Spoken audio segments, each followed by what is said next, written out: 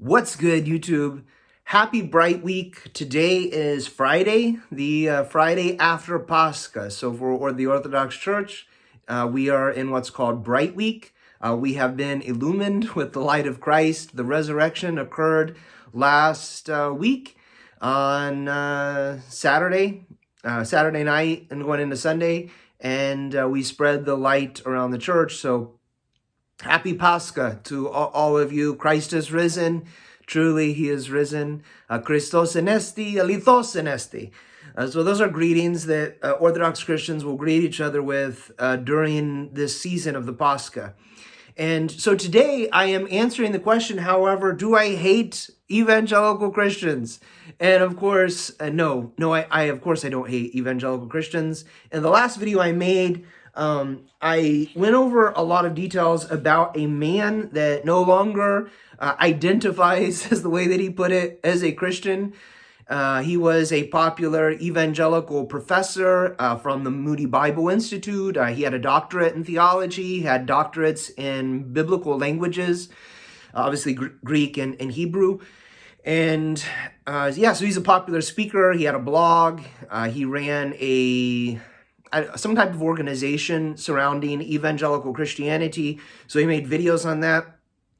And I had some rather harsh criticisms of evangelical Christianity, of the Protestant American religion. Of course, evangelical Christianity, in my mind, the way that I see it, centers largely in America. It is far removed from the Middle Eastern, Mediterranean religion of the apostles, the faith of the apostles that was passed down through the church based on the pattern of worship given to Moses at Mount Sinai. Evangelical Christianity is far removed from that, almost as you can get, while still holding to some semblance of Christianity. And that is really where my criticism centers. So I don't hate evangelical Christians. I actually love evangelical Christians.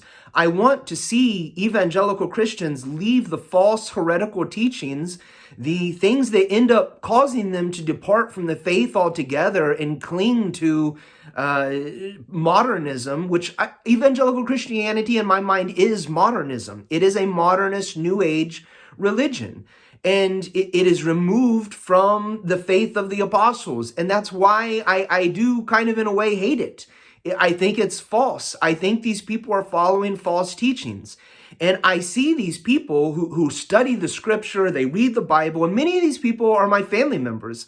The family members that I have that have become Christians have almost unanimously become Pentecostals. So I do have some, strong feelings towards it because I think that it is false. And I can't just go to them and say, yeah, you guys are heretics. You need to leave this, which I'm not calling them heretics, but I think that the things that they teach are consistent with what heretics like the Gnostics, what they taught in the past. So they in a way deny the physical manifestation, the physical, the incarnation of God in the person of Christ. Now, evangelicals, modern evangelicals, Pentecostals included, would not go that far. But by denying the presence of God in the Eucharist and denying all of these things, the way that they see it is very much like Gnostics. So I think that there is no firm root in that. So Jesus tells this parable of the sower, and there's a man, he casts seeds. He's a farmer, he's casting seeds. He casts some seed on rocky soil, and it springs up quickly and then falls away because it has no firm root in of itself. And that, in my mind, is very much what evangelical Christianity is. It is something every denomination that you see, whether it be Lutheran, Methodists, Presbyterian, Baptists, they will all spring up and then eventually fall away. They will depart from the teachings that they were initially founded upon. And I've seen this over and over and over again, and it will continue to happen. If you're a non-denominational church, you have less root in of yourself than those people did. So you will fall away even quicker. It is not a good thing.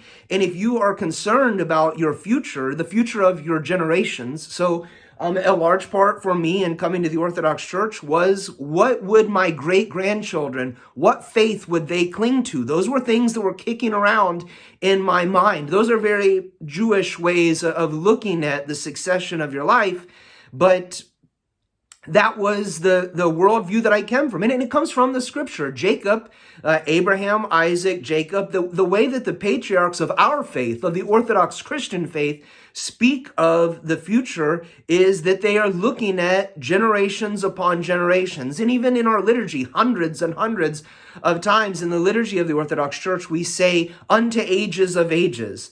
We say from generation to generation. It's all throughout the Psalms. So I had this concern in my mind of what religion, what God, what understanding of Christ, would they have any concept of all? Would they have a religion if I remained in a Protestant Pentecostal Christian church? If I went to a traditional synagogue that didn't believe in Jesus at all, what faith would my children, my grandchildren, my great-grandchildren, what faith would my future generations cling to? And when I looked back through the church, I heard of Orthodox Christianity from a rabbi who just mentioned it in passing, but it caught my attention, and that was all that it required. Once I began to look in it, I saw a faith that was consistent from the apostles to the church fathers of the first century, there's many, many writings that we have that capture a picture of what the church looked like. It was exactly what you see in an Orthodox church today. If you read the writings of Clement, who is mentioned in the New Testament. He wrote letters. He wrote letters to the churches. He wrote to the church of Corinth that Paul also wrote to in the book of Corinthians. There was Saint Ignatius of Antioch. There was Justin Martyr. All of these men wrote down letters, and they captured what the church looked like. And when you go back in time and you look at these writings, you can see in the 2nd century, the 3rd century, the 11th century, the 18th century, and today in the 21st century, the Orthodox Church has not departed from the faith of the apostles. And that's why I knew that I could come to the Orthodox Church and every successive generation of my people would all be part of the Orthodox Christian people. And it was the faith of the apostles. And that's why I make these videos, and I can be very critical of evangelical Christianity. It's not that I'm critical of evangelical Christians. I love evangelical Christians. I want to see them depart from the false heretical teachings that will destroy their faith and will not be there for the future of their people. But I know that if they come to the Orthodox Church will be there for all future generations of them. And that is why I say these things. That's why I make these videos. You can make arguments against what I just said. Many of the things, you could say, bring up all these weird topics and things, but at its basis, at its foundation, you can see the common thread of the Orthodox people going all the way back. And that is why I have a disdain against the evangelical Christian teachings.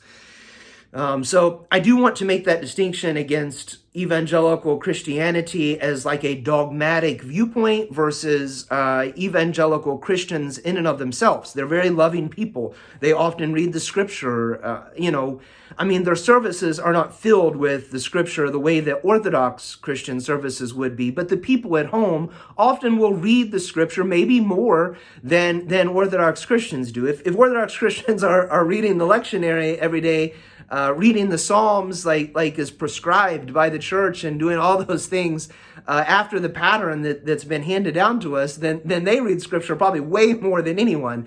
But many Orthodox Christians sadly do not follow the Orthodox Christian tradition either.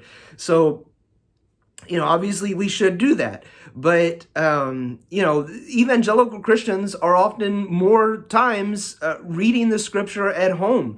And so they know it. And then when they come to the Orthodox Church, in many ways, they recognize a common faith, and they actually have an easier time coming to that, most certainly than if they were an atheist or an agnostic or somebody who just, like my family said at home, was like, I don't know what I believe, but I don't want to be part of any of these groups. So that is all for today. I hope you guys are doing well. Happy Pascha for those of you that are Orthodox and are in Bright Week this week. If you're seeing this after in another time, then obviously it's probably no longer that time period. But this is a remarkable time in the liturgical year of the church. So we are in celebration and feast time. So you guys take it easy, and I will talk to you in a video coming very soon.